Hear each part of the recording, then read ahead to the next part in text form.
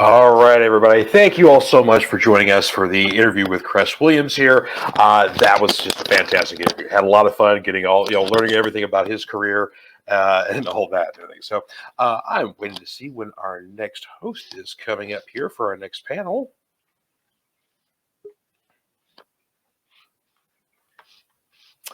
Let's see here.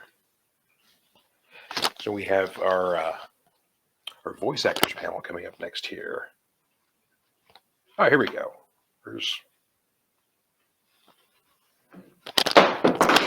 Willow, where are you, dear? Oh, there we go. Oh, your mic is muted, dear. Excuse the noise. I apologize. Okay. The next host is supposed to be in, but I guess I could step in a little bit here. I was just supposed to mod. Okay. Waiting for them to show up. I don't see anybody just yet here. If worst case scenario, I'll just step in for a little bit. But just ignore the people walking around the background if you see. So yeah, let's bring up our next panelists. Okay, here. The voice actor panel. So we have Jen Cody. Please introduce yourself. Oh, I'm not hearing you, Jen. Yeah, no, I went through the circuit. I had the thing running and all that kind of stuff, and now.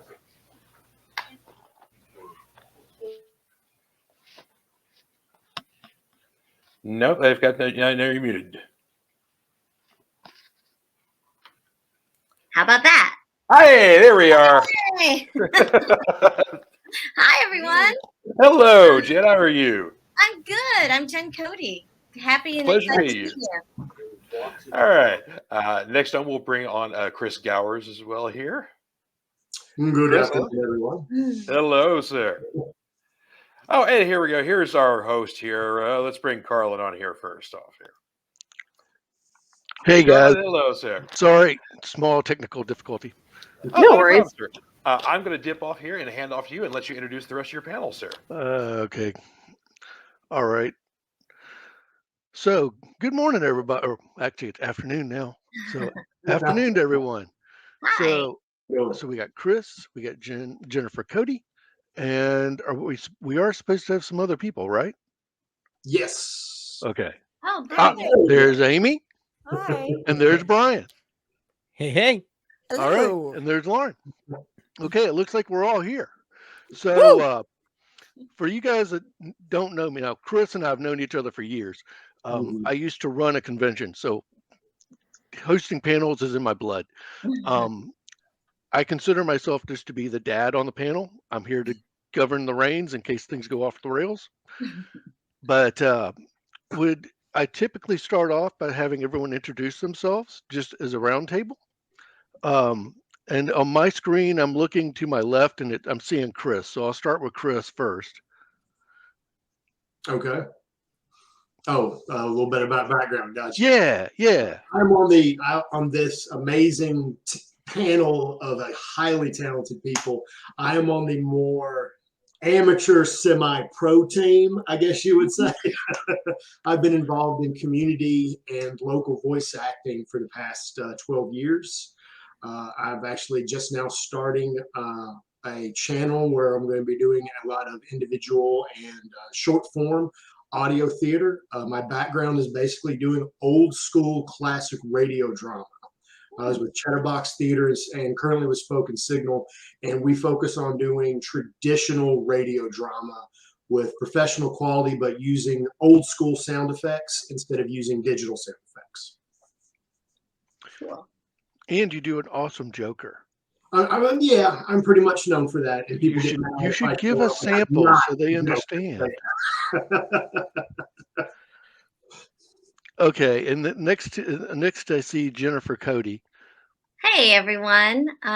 Who I have to say, my daughter's a little jealous because she's 14, so Winx was a big thing in our house. Yeah.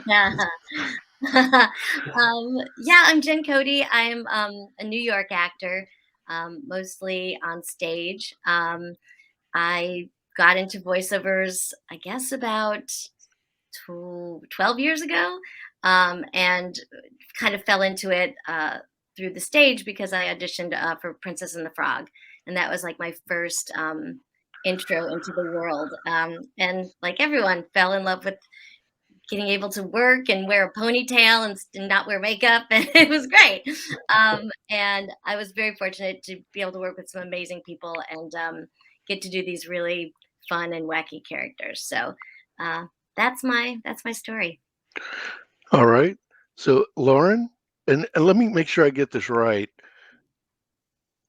Because I actually had to Google how to pronounce your last name. Is it Oh, no, Brunitsky? okay, so that is my married name, but nobody can Ah, pronounce it, including my own family. We've been married, we just had our 16th anniversary. We've been together for 20 years, and they still can't pronounce it. So I record as LW Salinas. My name is Lauren. Salinas is actually my maiden name. And I primarily do audiobooks. I spent almost a decade working in genetics labs and ended up losing my job due to disability. Kind of kicked around for a year moping. Remembered, hey, I like audiobooks. Googled, how do you do audiobooks? I'm about to be done with my 38th. Actually, as soon as I'm done with this panel, I'm finishing editing, excuse me, the last couple of chapters. cool. I've cool. done a few audio plays. In fact, that's kind of how I got into all this, doing background voices for a friend's thing. Then I got cast as a mom, and then I just kept showing up. Um, I have been in a couple of dubs last year, including the one that I am probably most proud of right now. There's a movie on Netflix called Don't Blame Karma, and I play the mom in that. You do not know how tempted I was to wear my MILF mode t-shirt for this, but then I chickened out. And I'm sorry for my voice. I was at a wrestling show last night and was trying to save it. And then they announced one of my favorite wrestlers is going to be at the next show, and I kind of freaked out. But yeah, I mostly do audiobooks. I'm actually working with Chris Jowers on a couple of upcoming projects. So Not that's that going to guy. be a load of fun. And yeah, that's me. I'm sorry for the mess. We just moved. And okay, Brian. Yes, hi everybody. My name is Brian. I am a voice actor as well. Obviously, I'm on the voice acting panel. But I started primarily doing impressions on YouTube just because, I thought it was fun. Then I got a career out of it, accidentally went viral. And now I've done voice work for Disney. I've done quite a bit with Sony now. My biggest project I've done so far is Hotel Transylvania 4. Adam Sandler didn't want to return as Dracula, so I got to step in and be the vampire. So that was a lot of fun. So, and Amy, you want to do a little brief intro on yourself? Yes, sure. Hi, my name is Amy Carrero. Sorry, it just says my first name on there. I didn't know that it was going to show. Anyway, I don't just go by Amy. I'm like Gaia. My name is Amy Carrero. I'm an actor. I have been very lucky to do a couple of voiceover jobs that people seem to like. I was the voice of Elena of Avalor on the Disney Channel, and she was the first Latina Disney princess. And then I did the voice of She-Ra in the reboot of She-Ra and the Princesses of Power on Netflix. And yeah, mostly I'm in front of the camera. I'm in a movie right now called The Menu, which you can watch on HBO Max if you don't want to go to the movies. But honestly, some of the proudest work I've done has been in the voiceover booth, and I hope that I can continue that. But yes, that's why I'm here. All right. Well, thanks for doing the roundtable.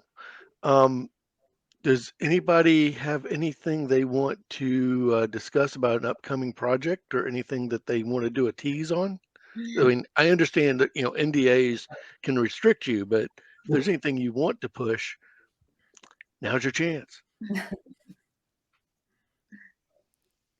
And hearing Oh, nothing? it's always so awkward to talk about yourself. Well, again, I teased that Chris and I are working on a couple of projects. You mentioned earlier that Chris does a tremendous Joker impersonation. Oh, thank you so much. And we might be working on some projects together as Joker and Harley. So that's going to be tons of fun. A lot of screaming. I can't wait. So therapeutic. Okay, so now when I was cruising, okay, now you're gonna force me to pull into my bag of notes. So Brian, I'm gonna tackle you first because I saw this on Oh, boy. IMDb when I was cruising around. There was something it said Zack in Time is listed as upcoming. Yes. So what is Zack in Time going to be? So Zack in Time is gonna be an animated series that it's an independently done show that they're still in production on. But yeah, it's about this kid who finds this watch that can take him back in time, and this watch was developed by the scientist, and the scientist is trying to get it back, and there's this bad scientist who's trying to get it. It's the whole thing. So this kid gets wrapped up in this whole adventure, this whole thing that he knows nothing about, but yet he's stuck in the middle of the whole thing. And I'll be playing the main villain and the main villain's henchman, so I get to be my own henchman, so that's fun. Okay. So let's say Jen, what do you got going on? Anything cool? Well, not in voiceovers right now. I'm working on a new stage play that's coming to Broadway. So that's kind of where my focus is right now. Okay, and I mean, hey, I'm a theater guy. I like Okay. theater. So So we're working on the musical Broadway Vacation, which is the National Lampoon Vacation series, and the that was on my family list. comes to Broadway, and it comes to New York City. So that's my project currently. Well, when you come to Memphis, I'll probably be there. Okay. Are you doing an out of town preview, Jen, or where? We did. We did it in Seattle this summer. Fun. And we did an out of town at the Fifth Avenue there, and now we're back in New York, and I'm hoping for a theater. So yeah, you'll get it. Yay! Now, Amy, what about you? Because I mean, both of you guys have theater going on, and extensive theater. Well, I wish. I mean, this last spring, I got to do "Who's Afraid of Virginia Woolf" at the Geffen Playhouse in LA, it's just so fun to do theater in LA because usually I have to move to New York and lug my husband and my dog and get no pay, dig into the savings to do it. So it was really fun to get to do it in LA. But my next upcoming thing it's not a voiceover. It's for Amazon Prime. It's a show called The Consultant. And that's going to be with Christoph Waltz and Nat Wolff and Brittany O'Grady. And it's kind of a really twisted, I can't really describe it without giving it away, but it's sort of like a very deranged, twisted little workplace, dark comedy. So that'll come out, I think, in February. So that's my next thing. How was it playing in Virginia? So you played Honey in Virginia Woolf. How was that? I mean, I remember seeing that play several years ago, and it was a good one. Oh, it's a classic masterpiece. I actually had the privilege of being able to see it about just over 10 years ago now on Broadway with Carrie Coon in the role of Honey. And, the role of Honey usually, I don't know, like I just remember watching it and she brought it to life in such a way. She revealed new things. And so anyway, when I got the opportunity to audition, I was like, well, there's no way they're going to cast a Latin girl in this very clearly sort of waspy white play. But they did. And, every actor brings their own sort of flavor to the characters. And I personally think, and a lot of people might disagree, but theater to me is not like literature. It's not just it shouldn't just be a timepiece or like a museum piece. I think that we revive them because they have something new to say, or even if they don't have anything maybe new in 2022 when we did it, there is something still very relevant about it that can hold up a mirror to what our society is sort of going through. And with Honey, I tried to find new corners of that, of her personality and how she speaks to this audience in, you know, post-pandemic 2022 audience versus 1962 when Albee wrote the play. So yeah, it was the time of my life. I felt like I ran 52 marathons and lived to tell the tale, because it's a 3.5-hour play, 3 intermissions. Yeah, it's a lot, but it was just amazing. It's one of those things where I'm not an athletic person at all. This is the closest I will get to an athletic experience probably. But it did feel like I just was like a warrior. I was like, I fucking did that. Can't take it away. So yeah, it was really great. Brian, what about you? Like more upcoming projects? Yeah, any cool? Well, yeah. Anything else going on? None that I'm allowed to talk about. Okay, cool. Other than like my own YouTube channel and stuff, which is still, I'm still making videos, still making content. You guys are more than happy to go over, more than welcome to come over there. But yeah, it's all the cool voiceover stuff I can't talk about right now. Now, Brian, you just mentioned something there about you being a YouTuber. So you get your degree, you're doing the YouTube scene, and then you get your break and get into the industry, right? Sort of. I mean, it was all kind of a big accident. I was going to school in Texas, getting my degree in music, and just for fun, there was this contest online. It's like, sing your own cover of Let It Go. You could win a $100 gift card to the Disney store. I was a broke college student, and I was like, you know what? That sounds fun. I want a $100 gift card to Disney. And so I sang Let It Go as 21 different Disney characters just because I could do their impressions. And it went viral. And I was like, oh. So then, you know, agents out in Hollywood started talking to me. It's like, have you considered doing this? I was like, not really. I didn't think I was good enough. So then they encouraged me to give it a shot. Yeah, I was wrong. I was wrong. So I gave it a shot, and yeah, I've been able to make my living off of doing voice work and my online content work for like the last 8 years now. So it's been really exciting. So how has getting into the industry changed over time? And this open to the entire panel. So how has it changed over time? Yeah, because I will say everyone continues to tell me I'm part of the new wave, I guess, where it's like I didn't submit to any agency, any demo. I got signed with an agency before I even had a demo, just because my channel apparently became my demo, and it was really just that one video. And I realized that that's kind of abnormal, even still now. I think I'm not 100% sure. I've only heard a couple people's stories. But from what I know, I don't know how it used to be, but I just know how I got here. So Jen and Amy, as a quick aside on myself, I actually run a career support group for people that are doing career transitions. So I'm a huge believer in maintaining your network at all times, because at the end of the day, your network is your net worth, because it's how you land that next job. So how about you guys? You know, it's interesting when you were saying, Brian, that it was your viral video. I actually, you know, I was an actress who sang, and so Disney came to New York to, which I think they still do, and they were looking for singers for Princess and the Frog, and so everybody on Broadway auditioned, like every single person.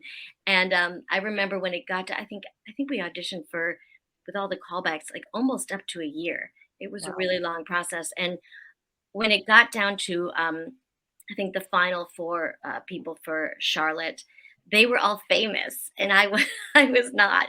And I remember it was like a Friday night at 4 o'clock, and my agent called and he said, everyone else has an album and you don't. So can you go into a booth and record yourself singing like a bunch of songs, and we're going to pass it off as your album?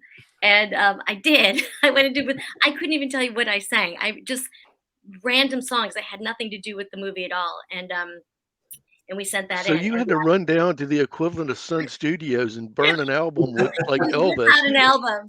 Yeah. And ultimately, I think I found out on the Monday then that I got it. But yeah, so that's how it happened here. And I think probably now I would have just come to my studio and sang in my booth. But that was 10 years ago. So I think that's how the industry has changed on my end.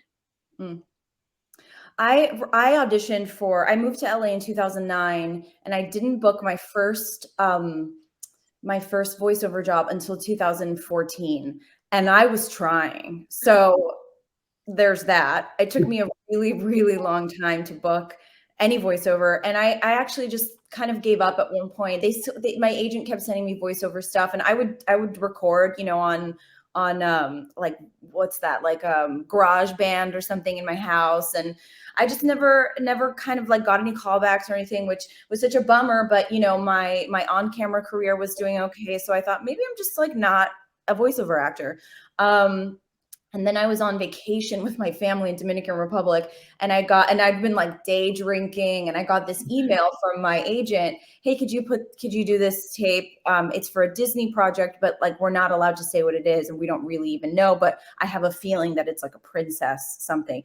And I was like, okay. And I think it was maybe like that. I was like kind of drunk, and I just put it on tape, and they were like, I was like real loose, I guess. And so I went in and I started the process of auditioning for what later became Elena of Avalor, but it was all very secretive. I didn't know what it was for. And it wasn't until the press release came out that I knew that it was going to be like a spin-off of an existing property that they had called Sophia the First.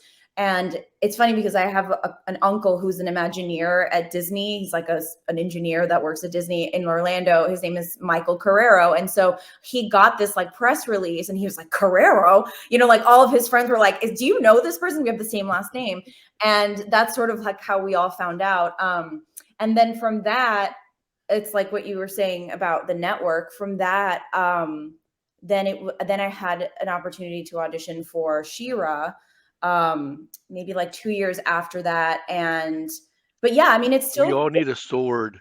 yeah, I know. I actually have I'll bring it over. I have like this old school, it's not the new She-Ra, but it's like the older She-Ra model, and it's like really amazing. But for me, it was just really, really tough to get in the door. Because unlike Brian and Chris and Jen and probably Ella, be like, this is my voice. I can do a few other things, but I am by no means an impressionist. I have some characters, but really this is it. So I think that's maybe like how it's changed, is now they're hiring people who maybe fit the role. They wanted a Latina for Elena of Avalor. And I remember we had these great, just amazing guest actors on Elena and She-Ra. And there were actors that could do 10 characters, and they're like, they've been like in the business forever, and that's what they're known for. So I think that is a shift, I think, where they want to, if it's like a 6-year-old girl that is like, Latina, they want to cast a 6-year-old girl that is Latina, not just somebody who can do that. So that's a shift I've seen. But listen, those 2 shows were amazing. And I thought, I just kept on with my on-camera career, and that's been keeping me busy. But I still it's not the same as far as on camera. Like, you do an on camera thing, some people like it. Maybe you start getting a few offers. I still get auditions. I still don't get them. I still don't get those jobs. So it doesn't really, it's a very different side of the business, and it's tough. It's really tough. Quick question. Is there an audio lag on me? Because I'm noticing a video lag. Just wanted to double check. No. Okay, great. Since along with this whole discussion, when I was course, one of the things I did was hit the IMDb, and I'm scrolling down looking for, interesting factoids. And, it never fails to make an impression on me when I start looking at someone's IMDb career, and it's so many of them are one-hit appearances on a TV show, or, there is a constant hustle. I mean, I know that when you land that series job, you're like, oh yes, it's a steady gig, but you guys are out there. I mean, like you just said, you guys are out there auditioning on a regular basis. Oh yeah. So anyway, it just never fail. You think, oh gosh, it must be nice to be doing this, and it's like, no, they're working, they're hustling every day. They're doing that sales job. It's always funny when someone says, "Oh, like even if you do a show, they're like, oh, you're in a Broadway show, you work 3 hours a night." And you're like, no, I'm also auditioning all day. I'm taking class. I'm still learning. It's so funny to me. You know, yeah. And the series they're so great, but then they end. My wife and I on Monday we're getting tickets to Spamalot that's coming to one of the local theaters, and that's been on their calendar for a year. So I'm sure that the cast has been studying this for months Oh no, to make sure they probably were cast just a couple months ago. Yeah. Yeah. but just you've got to learn all the lines, you've got to get your pacings, you've got to find your chemistry with the people you're working with. Yeah. That usually starts 3 weeks before. It's wild. Yeah. I mean, you don't get that much rehearsal. And then, people are like, how did you memorize all those lines? I'm like, by the skin of my fucking teeth. I don't know. Like 3.5-hour play. Like we had 4 weeks of rehearsal. That's all we got. And I wasn't cast, like we had in that show, we had Zachary Quinto, Callista Flockhart, who were our George and Martha, and they'd known they were going to do it, so they had a few more weeks to prepare. But there were two of us; we didn't have that much time. Yeah, and then even on the voiceover side of things, there's a few things that I've been cast for, where I walked in the door and I don't even know like what character I got cast as. They're like, "Oh, here's the name of your character. Can you tell me anything about them?" No. What lines did they say? We're not telling you. So I walk in, I'm like, I have no idea what I'm gonna do for this character, but you cast me for a reason. So okay. So you kind of have to come up with stuff on the fly. Even with some of the bigger stuff, like when I was on Hotel Transylvania, I didn't get a script sent to me. It was every time you go in the booth, there it is right in front of you. So everybody's like, oh, why do you guys read your lines? Why don't you memorize them? Like, because we don't get them, because they're normally doing last minute revisions until like an hour before you get in there. So every once in a while I got lucky and they'd send me like an animatic just for one of the scenes that was a little trickier. But usually you don't know what you're going to say till you look at that script, and you've got to come up with what they need to say immediately. And you had mentioned Winx Club beforehand, and Winx Club was all in Italian, and so we would go into the booth with our English lines, trying to lip dub and lip match Italian, and that was the hardest job I ever had. I would just sit and sweat and just like glare at the screen and be like, I'm so mad, and try to like fit it into this Italian girl with no clothes on, So like that's also hard that people don't know. That's another aspect of voiceovers that it's a whole different talent. I don't think I ever knew that was originally Italian. All I knew is I had a little girl who wanted every Winx doll there was. Yeah, and when they made it into English, the girls, the young girls and the witches were very scantily clad, so they had to draw more clothes on all of them for America. They're like, you prudish Americans, here, have a top. Too much cleavage. Yeah. I'm really curious, Lauren, like, do you have to audition for audiobooks? Like, how does that process work? Oh, I think you're muted. Yep. Sorry. Oh, I was wondering why I was like, oh, okay. Yeah, sorry. So yeah, it's a lot of auditioning. I mostly do indie audiobooks through like ACX and Findaway. I, as a marginalized person of several different strains, uh, I really love doing own voices stuff, and you tend to find a lot of that in any really indie field because there's such a lower kind of barrier to entry. Mm. But yeah, I so many auditions. You get a little sample of, like maybe 3 pages, maybe 1 or 2 scenes. You go through that. You do, you. I'm one of the people who tries. I don't do, I think, really character voices, but it's like, okay, this one medium pitch reminds me of um, whatever thing I'm currently watching. So I'll just try and do sort of that sort of feel. And most of the time, you get no answers. It's kind of like all of the voiceover stuff that I audition for, it's so rare for you to actually get any answer with some sort of feedback. It's just, Oh oh, yeah, this is airing now, and I never got a call back. I forgot about that. 100%. Yeah. It's And yeah, and I like to keep all my money, so I do my own. I taught myself my own editing. My podcast producer of the last, I don't know, since 2014 maybe, um, taught me everything I know about editing. Thank you, SP. And do all that, do the editing, send it in, get into the next one.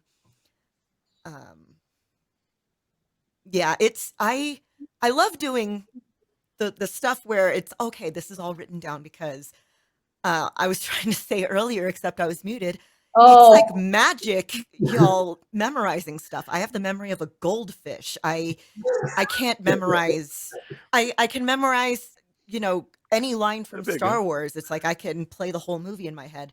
But you ask me to remember like a 30-second ad read, and I'm like, I can't do that. My brain does not have the space for that. So I love cold reading. That's one of the things I love going into.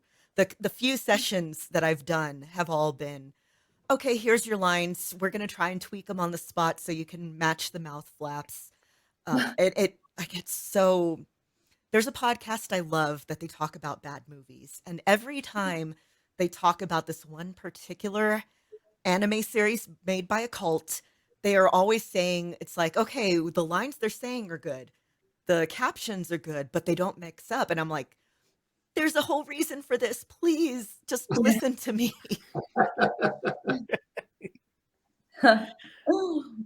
Also, I'm very sorry if I wander off target. Again, brain of a goldfish.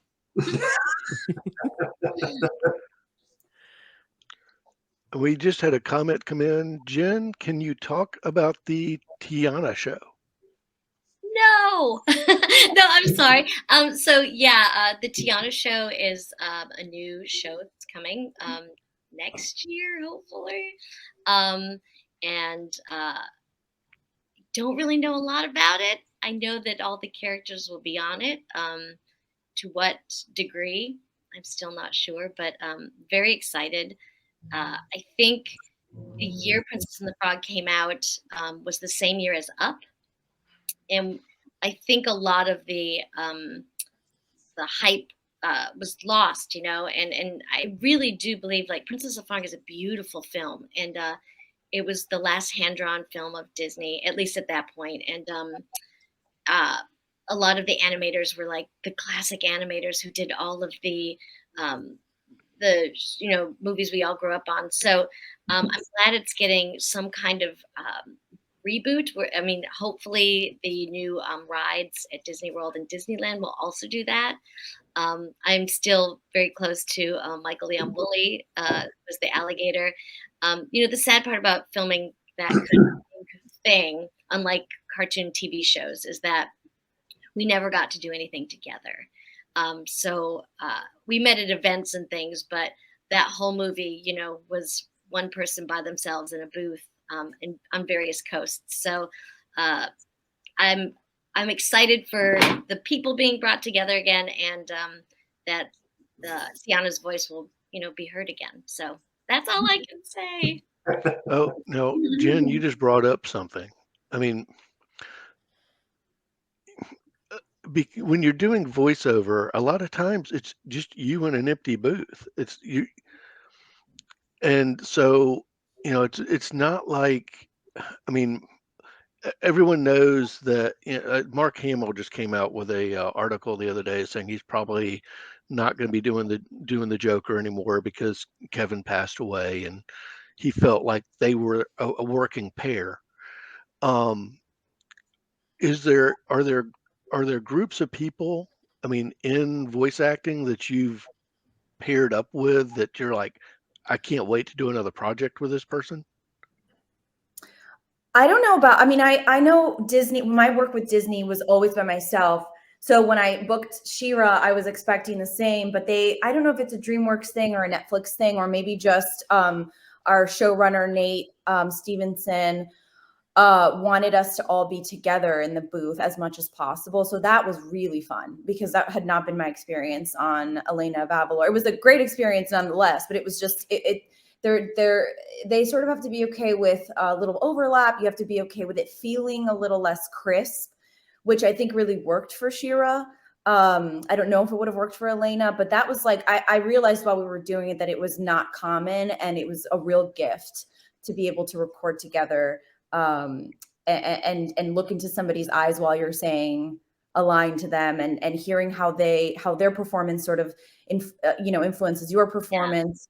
Versus having one person's performance locked in and you just, you know what I mean? So it was great. And I haven't had an experience like that since, but I think it's really worthwhile if people are willing to sort of work around other people's schedules and make it happen. But it does require a lot of like bending over backwards for a lot of people that maybe have like series jobs and things like that. But I think it's worthwhile.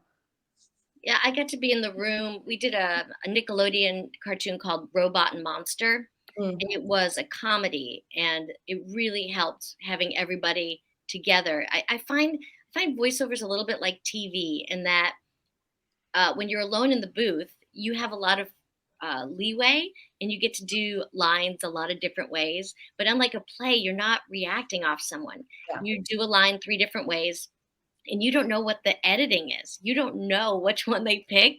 You don't know, So to me, it feels a little like TV in that respect, is that you're creative, but it's really not your choice how your character ends up. But on Robot and Monster, we were all together, and someone would do something funny a little way, and then it would change what you did, and it felt very much like a organic play. And yeah, I really love doing it that way. But I guess, it's like, it's easier when someone's drawing a cartoon to have options. Yeah. So I get it. Any comment, Brian? Oh, we got another one here. Ruby Elliott. I haven't talked to Ruby in a while. For Amy, what was it like to play D&D on Critical Role for the first time with tons of people watching? I was I sweating. guess emphasis on tons. Yes, it was very very nerve-wracking for the people who don't know what Critical Role is. There's a bunch of voice actors actually. Matt Mercer. Oh my God, Marisha.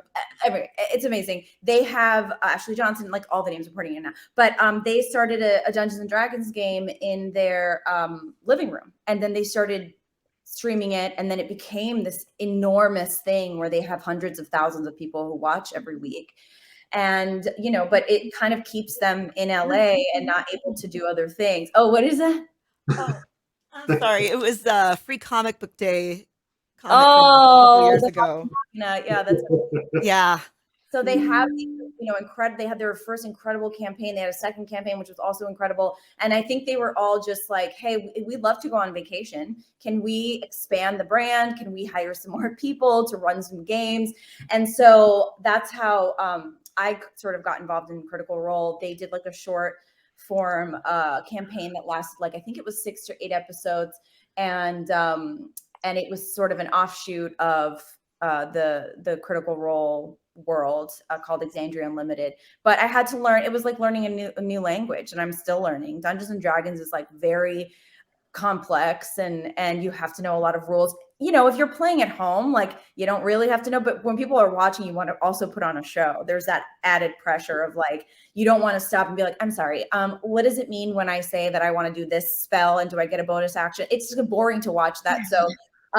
So yeah, I picked a character that had lots of charisma and absolutely like zero in-game good mechanisms, because I just knew that like I would not be able to deliver in that way. But it's been one of the best experiences of my life. I love the Dungeons and Dragons community, and there's so many voiceover, sort of like the Venn diagram of like people who love cartoons and people who play Dungeons and Dragons. It's almost like a circle. You know what I mean? Like there's a lot of crossover there. So I've just found it to be a really wonderful, welcoming community. And that has been my experience in the voiceover world as well. And it's just been amazing. And every time they ask me to come back, I will do it. I'll do craft services for them. Like I'll clean their toilet. Like I don't care. I just love the community so much. Can I thank you for making Byron Fantasy Laredo? I actually lived my teenage years in Laredo. Whoa. And yeah, through the early 2000s. Oh my God, that's amazing. Yep. So you never hear Laredo mentioned anywhere. So it's just like the second I heard that, excuse me? Yeah.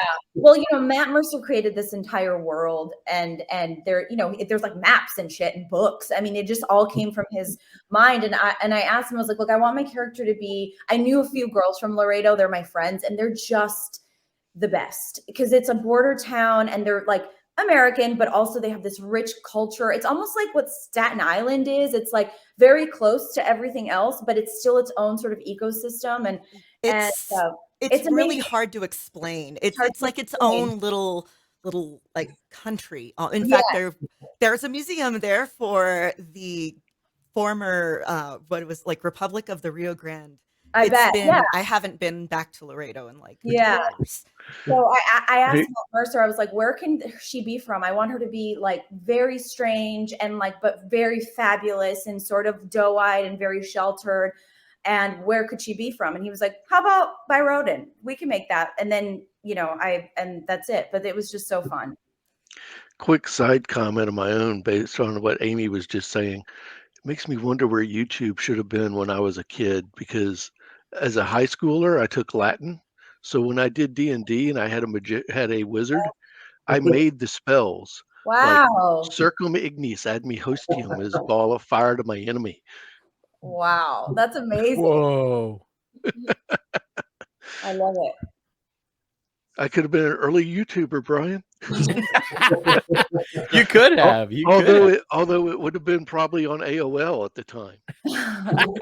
Oh, memories. Oh man. Chris, I think we have an option for another local convention. That sounds like a good idea. Yeah, very possible, man. I mean, that's always, people are always interested in YouTube stuff, man, big time. So I meant to ask this a little bit earlier, and this kind of goes along with some of the things we've been talking about just in the general industry, but we're coming off of the pandemic, things are coming back to life and all that. But I also noticed, I was actually looking forward to a show showing up on TNT, and I've realized that there's a lot of shows that are being canceled, and they're claiming, they're taking tax write-offs or whatever. And as a CPA, I understand what they're doing, but I also question it. But what do you guys see going on in the industry? Are jobs picking up, or is it kind of still tight? Well, I'll start being the New York girl. I live also right in off of Times Square, so I can tell you a little bit about that industry. In that, for 2 years it was dark. We didn't have a single thing in New York City, and I think they say that the revenue from Broadway shows is actually more than all of the sports teams in New York combined. Wow. And it's not just the shows, but it's also the restaurants and the parking garages and all that. And it was dead. It was the saddest. It's the whole New York City. The life was gone. And even though we came back and started doing shows about a year ago, it's just now coming back because the audiences have to come to New York, and they're just still not doing it. So a lot of shows, in fact, I think we had 4 close on Sunday. It's just still not there, that part of it. But television, I feel like my friends, everybody's on a TV show now because we have Netflix and Hulu and Stars. And, like, it just feels like I don't even know the shows half the time. They're like, oh yeah, I just did, an arc on this show. And you're like, what is that on? And then they name some platform you never even heard of. So I think that's been going well. The whole pandemic, I think, has opened up, at least in New York City, the television, the world that we didn't have before. For indie audiobooks, at the beginning of the pandemic, it was this really frustrating place of there's all of a sudden so many people unemployed who are like, hey, maybe I can get into this. So there's just this glut of new narrators showing up. But it costs money to make audiobooks. And if you're an indie author who's doing your indie audiobook, that's coming out of your own pockets. And it is not cheap to produce an audiobook. People way underestimate how many hours of work it is to record this, let's say, 8-hour book, plus the editing time. It's going to be at least 2 to 3 times as much time as the whole story is to record. And then again, maybe 3 to 4 times that to produce. So there was so little work for a while there. Last year was the worst year of my career so far. I'd only did 2 projects, 2 audiobooks. I did a couple of dub projects. But you're starting to get people are having money again. We'll see how long that lasts, but yeah, it helps to, again, be on a series. I am currently working on the 2nd book in a series about the effects of, it's a fiction book about sex trafficking. And I'm about to start a trilogy about a psychic all-femme polyamorous trio. And I did so many of those, all of the romance series where it's like, okay, well, there's these brothers that all have to get married. And so each book is a different brother or cousin or friend or whatever. And, that kept me in business for like 2 years working with this one author on a couple of different series. Oh, that's cool. And yeah, it's starting to equilibrate again, but I know with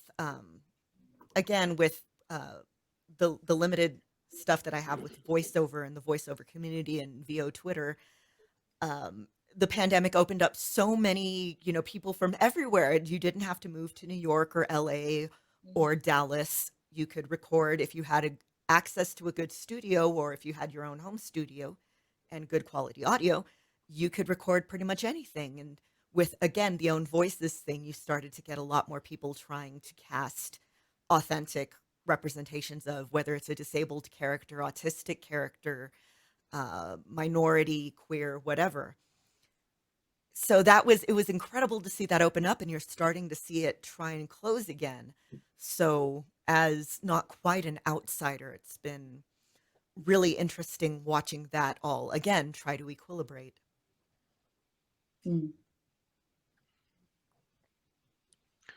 Oh, Kristen is popping in, and it says, Brian, have you ever considered singing a pop song as a Disney character?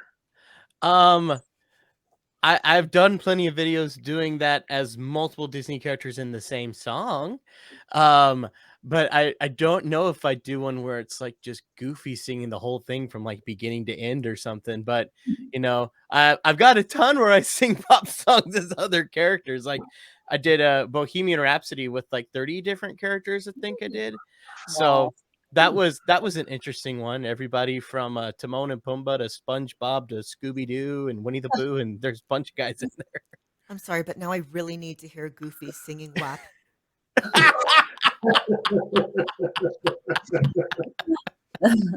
That's just like the best karaoke trick ever. Like I remember once going to a karaoke bar and some guy got up and did, I don't know if it's like, do you hear the people sing something from Les Mis where it's like a ton of characters, like one of the last songs, and he did like all, you know, different characters in that one thing. And I just thought it was the best thing I'd ever heard. It was so fun. It was so funny.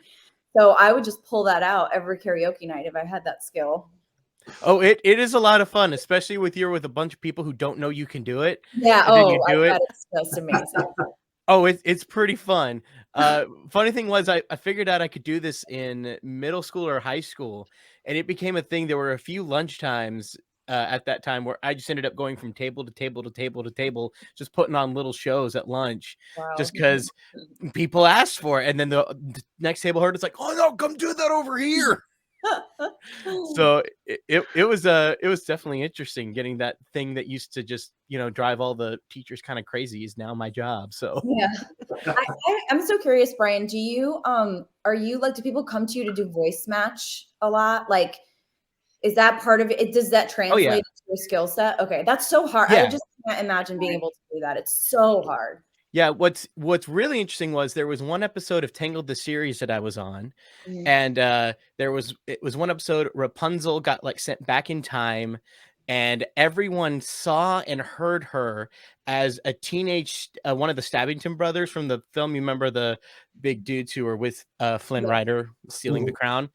So everyone saw and heard her as this teenage Stabbington brother, but Ron Perlman, who does the voice, didn't want to come in to do it. Yeah. He didn't think he could get the voice high enough to sound like a teenager. So I had to do the voice of Stabbington brother as a teenager, as if Rapunzel was saying it. So Mandy Moore recorded her lines for those. So I had to hear her in my ear and then say that as a teenage version of Ron Perlman as Rapunzel would have said it. God. So it was, had so many things going in my head. Yeah. You know, you have this voice and you're trying to really get that down. And then you hear Mandy Moore in your head, oh my gosh, oh my gosh, oh my gosh. So I'm like, oh my gosh, oh my gosh, oh my gosh. That's amazing. That's so rad. I'm dying to hear Chris's Joker impression now. I just feel like do it. Go ahead, Chris. Do it. I do a very tribute. I do not try to mimic the master, but I do a tribute to Mark Hamill. Okay. Because I have done hospital visits as part of a character group as the Joker. Wow. So I was able to go to Le Bonheur Hospital twice as the Joker. And Mark Hamill's voice is perfect for that because kids love him and all that. And I do another one that's a bit of a darker, more original sort of take on it. But so this is my ode to Mark Hamill Joker voice. You know, there are times as I look out my window and I look at Gotham City and I think, it's mine. Harley, get the car. Insane. That's so good. that is fantastic. Namaste. Thank you so much. Wow. So actually, Lauren and I are working on a project because I've been doing voice acting more as a passion. I've been in education and nonprofit as a career for a very long time. But this was I was in theater very, very briefly in college and high school, but voice acting just became my theater passion. And so we're going to be doing some very small, some very original content stuff. And I've been very lucky that we've gotten some actually great actors. People that our Batman was in Army of the Dead. He is a stunt actor. His name's Les Price. He's done a lot of independent and some mainstream horror movies. So he's coming in to do our Batman voice, and it's just a project. We're going to do about 2 or 3 of them a year, but they're very short form, just for fun. But what we're going for is professional quality. So everybody, again, and for some people, it's getting their name out there, but for other people, it's like, you know, everybody wants to be Batman. Everybody wants to be the Joker. We'll try to do it on our own. There is a couple more comments that I've seen, and I missed one. Stephen Kirk, I deeply apologize, my friend. He's asking if people can talk about their home recording studio setups. I know for for me at least, where I am right now is my recording setup, but I'm very lucky where I moved into. We ended up building this room into the house. So three of these walls plus the roof have soundproofing in them that we put into to get it as soundproof as possible. So that way I don't have to do a whole lot to the walls, but the floor is carpeted. The ceiling has got eggshells from the entire length of the whole thing, eggshell foam. And then, so yeah, that makes it a lot easier. I can kind of record anywhere within the room pretty much, and I get really decent sound, which is great because I'm not only just doing audio for voice work, but I'm also filming videos and whatnot for YouTube, and we're doing podcasts and other things like that. So it's nice to have the entire room really good, pretty good sound quality that I can record anything from home. I can do my own projects from home. It's pretty much it's a space that I can do whatever I need to in it. And I've got this mic that I use for live streaming and stuff like that. But then I've got my really good voiceover mic with like a TLM 103 and stuff. But yeah, it's a lot of time, and this was a lot of years getting to the point where I can have something like this. But I started off with just a bunch of towels in my closet, trying to hide a little space with my laptop, just like, I hope I don't bug the neighbors. I have a New York studio, I like to call it. It's a closet. Right now, this is like my kit that I take on the road. But I have a half of a closet that is soundproofed and not great. It's still, when I'm in there recording and there's a siren in New York City, I got to pause. There's no soundproofing good enough. But I think most people in New York, because we don't have a lot of space, have found really creative ways to make do with about a foot of space up and down. This is my first time out of a closet. I have previously had really very, very cramped closets where I hated recording in the Texas summers, especially my very first one, because our air conditioner was right next to where I was recording. So we had to turn the AC off every time I was recording. Oh, it was terrible. Yeah, currently this room, I'm in the process of sound treating it. I have my really nice sound absorption panels that I got myself for Christmas 2 years ago up. And I have, this is my Rode NT1 mic. It's served me very well. I previously used a Shure. And I use an Onyx Producer 2.2 mixer. And I'm currently using a DBX. And I just got our Blanking on the name. admin Anyway, yes. time warning, so Mine is real easy in that it doesn't work, which is maybe why I don't book a lot of voiceover work, which is my closet or my car. And I have no fancy equipment. Yeah, so I should get that on that. well, it is now 1:57. Actually, it's 2:57 by my time, but hey, who's counting? I just want to say thank you for everybody for showing up, helping us raise some funds for the Ritter Foundation. And with that, they're probably going to be running our promo ad in just a minute. But I wanted to thank everyone for showing up, and it's been a wonderful time talking with everyone. Thanks so Thank much. you so much. Thank you. Thank you all. Bye. Bye. Bye. Bye. Our charity partner for this year's Multiverse FunRaiser is the John Ritter Foundation for Aortic Health. They exist to spread awareness of aortic health and prevent unnecessary suffering through genetic research, widespread education, and radical advocacy. Simply click on the link at our website, www.themultiversefundraiser.com, that says donate here, and that will take you to our Just Giving link. All donations go directly to the John Ritter Foundation for Aortic Health. As a bonus, every $10 donation that you give enters you into our sweepstakes to win fantastic prizes. All information can be found at our website under giveaway. So thank you for watching and thank you for supporting.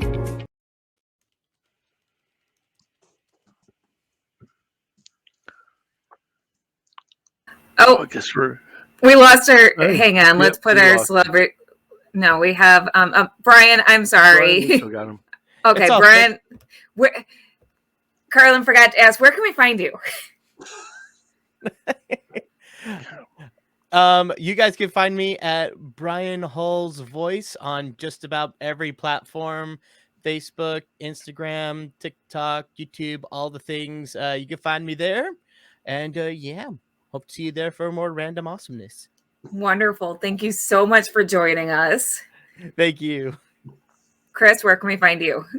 You go to my website, chrisjowers.com. The voice companies that I've been with, Chatterbox and Spoken Signal, there's links to all their stuff, and it's absolutely free. These are people that do it for the love of the game.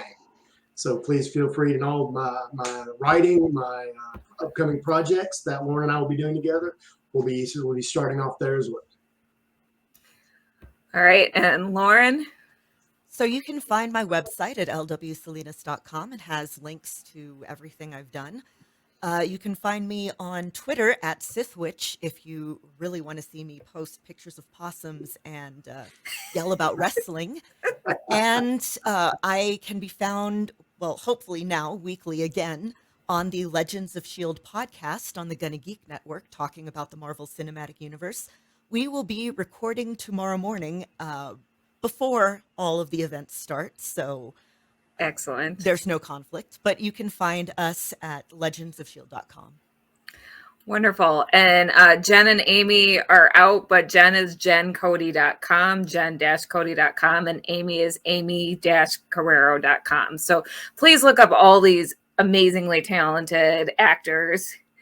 You all rock. Thank you so much. I'm going to kick you all out and bring in our next host and guest. Thank you. This was a wonderful panel. Thank you, Carlin. Hey, for no